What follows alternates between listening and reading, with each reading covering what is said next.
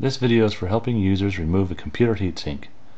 As always, when working inside your computer, turn it off, make sure it's unplugged, and that you're properly grounded to protect your computer from electrostatic discharge.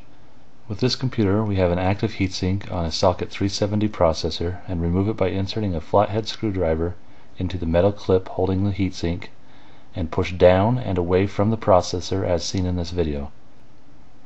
If you're having issues removing your computer processor heatsink, or have other computer related questions, please feel free to visit computerhope.com.